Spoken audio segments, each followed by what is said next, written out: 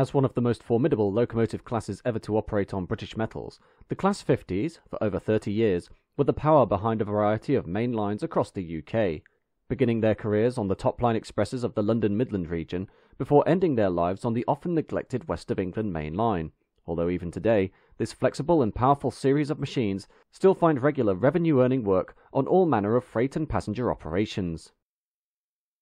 The history of the Class 50 begins with its spiritual predecessor, the Class 40, or English Electric Type 4 of 1958, a fleet of 200 diesel-electric locomotives ordered under the 1955 modernisation plan to replace steam locomotives on top-line expresses originally out of London Liverpool Street and King's Cross, before migrating to the West Coast main line out of London Euston, the Type 4s being fitted with English Electric's 16 SVT Mark II engine, developing 2,000 horsepower. However, while these locomotives were very purposeful-looking machines, the class was endemically flawed by their severely underpowered nature, the 2,000 horsepower engines struggling to shift the Type 4's tremendous bulk of 135 tons, and therefore quickly gained a reputation for being unable to suitably match or exceed the performance of the steam engines they were expected to replace, without having to run in multiple, an expensive proposition the managing directors of the Eastern region were unwilling to entertain.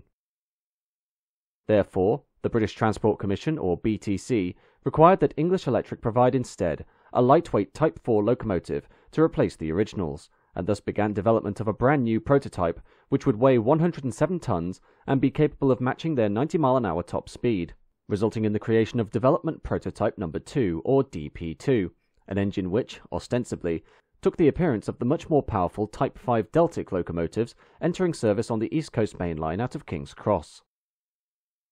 In reality, DP2 illustrated a significant number of differences against its Deltic cousins, the use of a Deltic body shell, which reputedly was originally destined for Deltic D9018 Ballymoss, being made for the purpose of expedience, while the underpinnings of the locomotive included the replacement of its twin Napier Deltic power units with a 2,700 horsepower English Electric 16 CSVT engine, propelling the locomotive to 90 miles an hour, the distinction between DP2 and the regular Deltics being minor visual changes to the body shell to accommodate the single power plant. DP2 began test work in May 1962 around its home of the English Electric Vulcan foundry in Newton-le-Willows near Warrington, before undertaking loaded runs up the West Coast main line to Penrith in Cumbria, and then training runs between Crewe and Birmingham, starting its service career initially on the London Midland region on top expresses out of London Euston, before moving to the Eastern region out of King's Cross, working alongside its Deltic relatives to Leeds, Bradford and Edinburgh, the locomotive, despite only possessing 82% the power of the Deltics, still being able to aptly maintain Deltic schedules. Unfortunately, despite DP2's many endearing design aspects, the BTC dropped English Electric's proposal for a fleet of similar engines due to concerns regarding the unproven nature of the 16 CSVT power unit, opting instead for Brush Traction's own Type 4 proposal of 1962. Which would come to form the ubiquitous 500 locomotive fleet of Class 47s, while DP2 would remain a single prototype running up and down the East Coast main line, eventually meeting a tragic end on July 31, 1967, when, following the derailment of the Cliff to Uddingston cement train on the adjacent slow line near Thirsk Station in Yorkshire, DP2 struck the debris at 90 miles an hour and was derailed, resulting in 7 deaths and the locomotive being damaged beyond repair. Regardless of DP2's unfortunate fate, the locomotive's creation was not in vain, as in 1965, under the National Traction Plan, due to early teething problems with engine stress cracking in the Brush Type 4, a more reliable class of locomotive was needed to propel Royal Scot Expresses on the northern section of the West Coast main line beyond the current end of the overhead electric wires at Crewe, the most arduous section of the route, which passed over the steep inclines of Shap and Beatock on its way to Glasgow Central. Therefore, negotiations began with English Electric as to a new fleet of 50 Type 4 locomotives, which would be based on the underpinnings of the DP2 concept, including the use of the 16 CSVT engine, although this would be uprated in order to achieve 100 miles an hour, while initial proposals to essentially base the body shell design on the same Deltic-derived principles of the prototype were succeeded by a more standard flat-fronted layout. Starting with D400, the first of the new English Electric Type 4s emerged from the Vulcan foundry in October 1967, and within the space of 13 months, the entire fleet was built and put to work, the main difference being that, rather than British Rail buying the locomotives outright, as had been the case with other classes, they instead signed a 10-year lease of the 50 engines from the English Electric Company itself, eventually buying the entire 50 locomotive fleet outright in 1977. In addition to the UK batch, the Portuguese state railways, Comboios de Portugal, were also in need of a brand new diesel locomotive built to the Iberian 5-foot 5-inch gauge, and seeing the lightweight but powerful Type 4s being introduced in the UK, purchased 10 examples from English Electric to work passenger trains between Lisbon and Faro, the Portuguese versions being somewhat simplified mechanically when compared to the British batch through the use of a conventional control gear rather than electronic, while the main generator and traction motors were identical to those used in the English Electric Type 3, giving it a reduced top speed of 87 miles an hour, and sharing as many mechanics as possible with the CP Class 1400, which itself was based on the English Electric Type 1.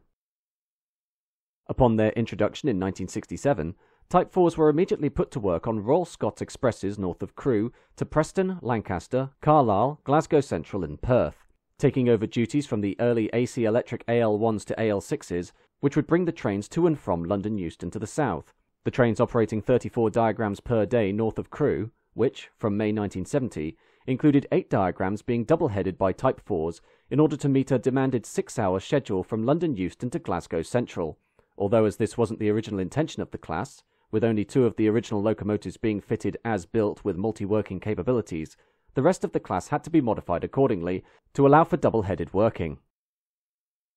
Type 4s, later designated Class 50s, were the mainstay of Royal Scot Expresses until 1974, when the line from Weaver Junction, north of Crewe, to Glasgow Central was electrified fully, their duties being replaced by a brand new fleet of 36 Class 87 electrics, together with existing Class 81s to 86s, meaning that the fleet was quickly rendered redundant, although their capable performance hadn't gone unnoticed by other regions of the BR network.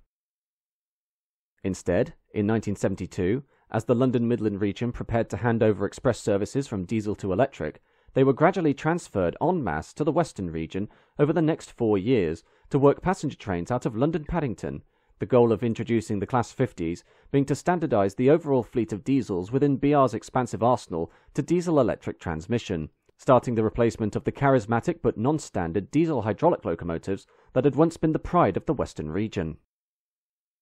Beginning with the smaller Class 35 Hymex and aged Class 42 and 43 warships, the Class 50s were put to work on both high-intensity commuter services between London, Oxford and Bristol, but also long-distance trains to Exeter, Paignton, Plymouth and Penzance, their gradual superseding of the flagship Class 52 Westerns striking an ill chord with enthusiasts, who frequently lambasted the engines despite their superb performance, the last of the diesel hydraulics giving way to Class 50 power in February 1977.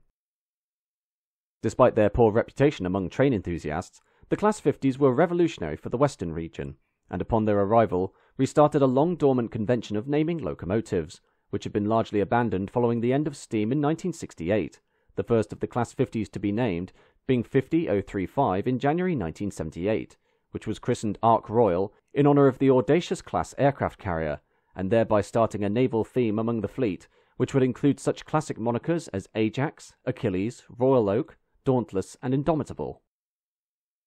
Based at various locations, including Plymouth Lara, Bristol Bath Road and Old Oak Common in London, the Class 50s were the power of the Western region until mid-1977, when full distribution of the brand new Intercity 125 HST sets, which had been introduced in October 1976, meant the locomotives were quickly removed from their top expresses out of London Paddington and put to work instead on secondary passenger trains between London, Oxford, Bristol and Birmingham New Street, although several were transferred to work on the line that they would be most associated with, the West of England main line from London Waterloo to Salisbury and Exeter St David's.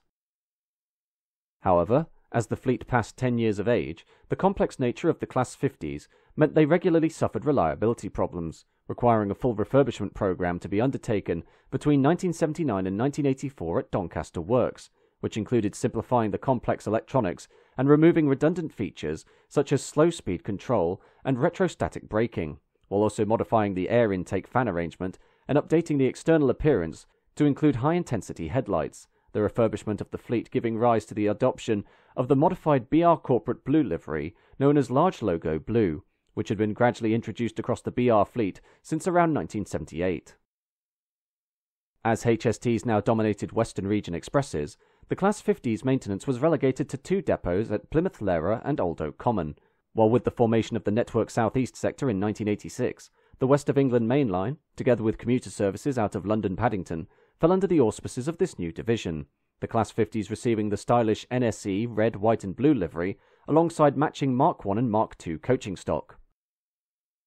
As the decade progressed, the 50s were used almost exclusively on expresses between London Waterloo, Basingstoke, Salisbury, Exeter and Plymouth, while a small fleet remained in operation on fast and semi-fast Paddington to Oxford services, although with the influx of redundant Class 47s from rail freight distribution, following the end of the Speedlink service in 1991, the final Class 50s working to Oxford were withdrawn during the same year.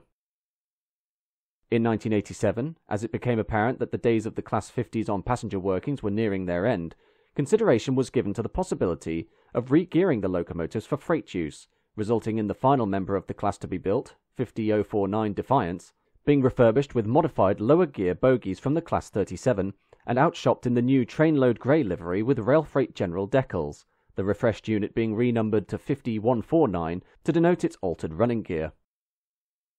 Being put to work on the high-density China clay rotation between the extraction facilities at Burngullow near St Austell in Cornwall and the Foy docks for export, as well as heavy stone trains between Meldon Quarry near Oakhampton in Devon to London, the modified 50149 was not an overall success due to problems of wheel slip, and thus in 1989 this freight trial came to an end and the locomotive was returned to regular use, although the great irony was that had the engine retained its original electronic anti-wheel slip equipment, which had been removed during the 1979 to 1984 refurbishment, the testing would have been successful. Regardless, while the Class 50s, now solely the power behind the West of England Main Line service, remained capable performers, their use on this railway, which saw their lengthy trains forced to call at nearly every station, wreaked havoc on their mechanics, which had been designed more for constant long-distance operation rather than frequent stopping services, meaning that by 1991 the engines were seeing regular breakdowns which would cripple the Waterloo to Exeter services due to the main line having been stripped down to single track for a majority of its length. From 1992, more displaced Class 47s, many being ex-ScotRail examples which had been laid off following the introduction of sprinter units on former push-pull diagrams between Edinburgh and Glasgow, were called in to replace the increasingly unreliable Class 50s, leaving only 8 units in service by the end of that year: 50007 Sir Edward Elgar, 50008 Thunderer, 50015 Valiant, 50029 Renown, 50030 Repulse, 50033 Glorious, 50046 Ajax, and Class Premier 50050 Fearless, although even the Class 47s struggled mechanically on the somewhat unique nature of the West of England Main Line and its stop-start services, meaning full replacement of the Class 50s could not be achieved, and 3 remained in active service beyond the end of the year. In the end, British Rail, amid proposals to electrify the route between Basingstoke and Exeter with a 750-volt DC third rail system for use by Class 442 Wessex Electrics, as well as creating a dedicated long-distance variant of the Class 166 Networker turbo unit called the Class 171, and 5-car HST sets made redundant following the electrification of the East Coast Main Line, the most cost-effective method came in the form of the Class 158 Express Sprinter, as following a downturn in passenger numbers in the wake of the 1992 economic recession, a number of 3-car units destined for the West Yorkshire PTE and Transpennine Express services was spare, and therefore Network South East opted to purchase these 22 sets to replace all loco-hauled services on the Waterloo to Salisbury and Exeter run.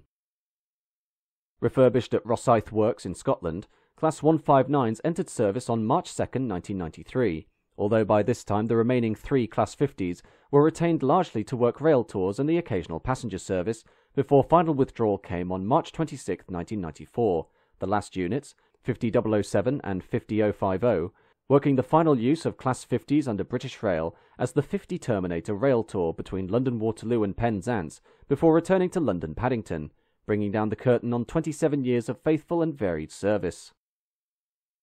With the end of their operations, Class 50s awaiting scrapping became a regular feature of breakers' yards across the UK, although despite the cull, 18 locomotives were preserved in varying conditions, including both the first and last examples built, while the Portuguese variant, designated the CP Class 1800, remained in regular operation on inter-regional services in the Algarve until full withdrawal in 2001, with sole survivor, 1805, being preserved at the CP Railway Museum collection in Entroncamento.